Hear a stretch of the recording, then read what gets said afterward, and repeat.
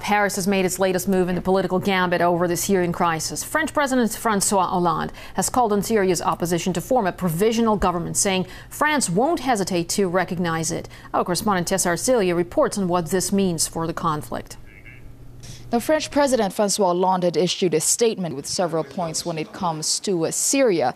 First of all, he had urged the different rebel groups and opposition members to come together to form a representative provisional government. Now, he said that if and when they do this, France is ready to recognize this group. Now, we know that on the ground there are still divisions and different factions of rebel groups. However, on the outside, we also know that there are several members of different opposition groups, such as the Syrian National Council, the Muslim Brotherhood, among others, who've already been meeting for a few months now and drawing a roadmap for a post-Assad Syria. And they are set to release their plans and their findings in the coming week. And again, Francois Hollande reiterating their future support for a government formed by the rebel groups. Now, aside from that, Hollande had also said that any use of chemical weapons by the Assad regime would justify a direct foreign intervention. Now, this echoes what U.S. President Barack Obama had said just a week ago.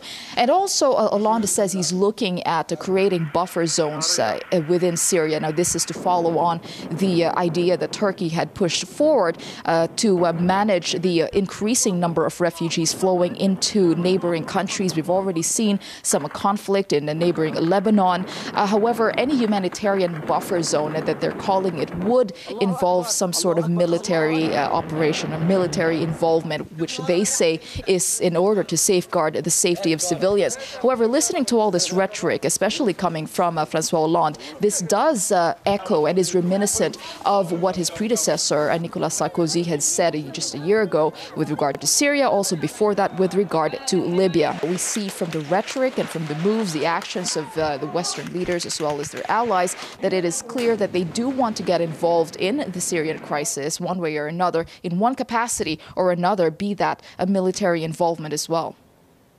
Washington has been hesitant in supporting the French president's call over the formation of an interim government. A number of officials in the Obama administration have said the Syrian opposition isn't ready for such a move. Brian Becker from the Anti-War Answer Coalition believes it's unacceptable and dangerous to grant power to those currently representing the opposition.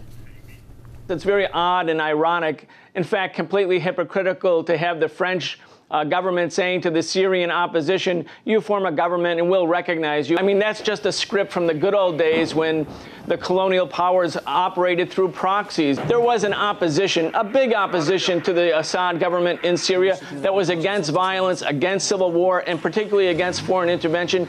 They've been pushed to the side, and in their place is the Free Syrian Army, the so-called Syrian revolutionaries, who are nothing really at this point other than the chosen proxies of the foreign powers. So it will be those who control the monopoly of violence, that is the NATO powers themselves, who will be the ultimate determiner of what the character is of this new so-called opposition government, or what they will declare to be the legitimate government of the Syrian people.